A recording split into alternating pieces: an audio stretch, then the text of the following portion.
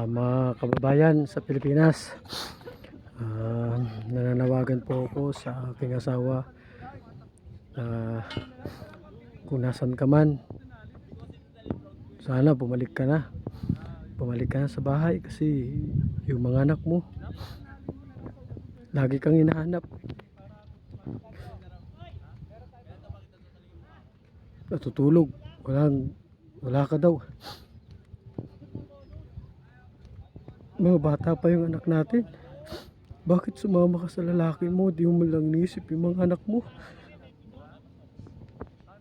Di mo ba alam kung gaano kasakit sa akin yan?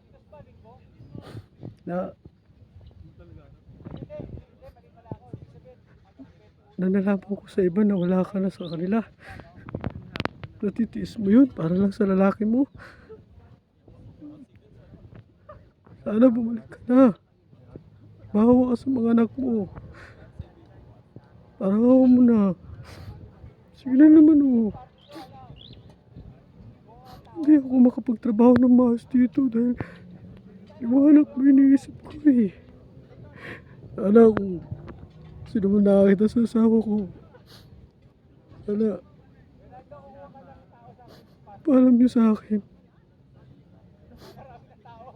Sana po ay mga anak ko, mga anak, pakatagtag kayo dyan. Yan mo, babalik na si Papa. Hindi ko na kayo iwan. Diyan na tayo anak. Hirap lang dito anak kasi may trabaho pa si Papa. Okay ano. Sige na anak, diyan na yung boss namin.